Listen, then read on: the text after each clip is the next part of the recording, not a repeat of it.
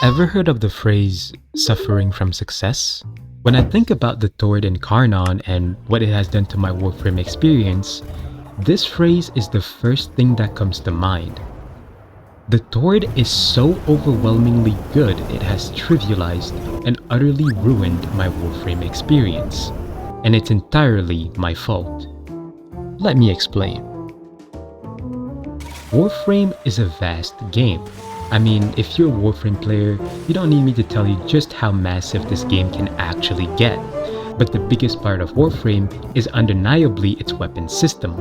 Warframe has hundreds, if not thousands of weapons and playstyles to choose from.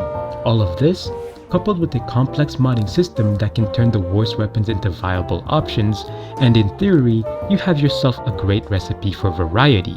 But that's the problem, in theory, because in many cases, variety is not what we observe from Warframe players. I might be referring to a loud minority when I say this, but I feel like there's been a lingering sentiment of creative burnout within the community. Everyone runs the same builds, weapons, and often Warframes, which isn't necessarily a bad thing, but it's exactly the problem the Tord pushed me into, and I am certain many of you have felt this exact thing. Personal story time. I first picked up the Tord when I unlocked Steel Path.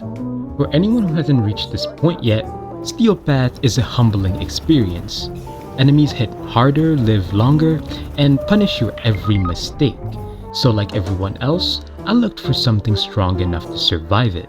And that's when I found the Tord Incarnon, arguably the single most powerful weapon in Warframe right now. Not necessarily because of its raw damage output, but its ability to clear hordes of enemies, which is like 90% of Warframe's combat. And once you get used to that kind of comfort, everything else feels like a downgrade. This feeling is amplified by the fact that trying new weapons in Warframe isn't cheap. Seriously, building a reliable weapon in Warframe is a resource-intensive process, and it should be.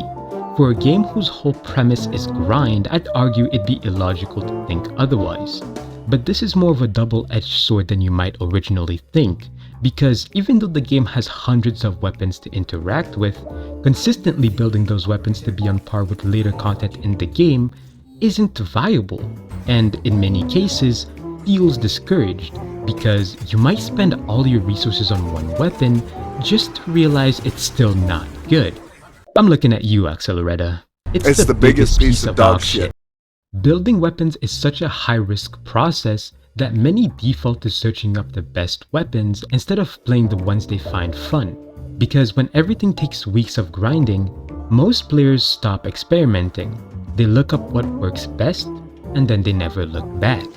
And that's where I've been stuck this past year and a half. I won't speak for everyone, but I'll definitely speak for myself when I say I've found myself in a cycle where I feel almost obligated to play the Tord, because in order to interact with harder content in the game, nothing else I have even comes close. I've gotten too comfortable, which causes me to avoid other weapons, and in turn have less fun.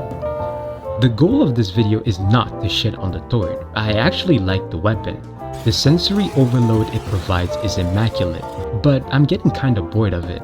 I want to be sensory overloaded by something else. So this video is supposed to be a wake-up call, if you will, for those like me who found themselves a slave to one weapon. I'm taking steps to rectify this. I'm currently building for hate. I recently got the drop, so I'd like to see what the weapon can offer, as well as trying some other weapons. Speaking of, I'm open to suggestions, so comment down your favorite weapon and I might give it a try. Thanks for watching, and take care, Tenno.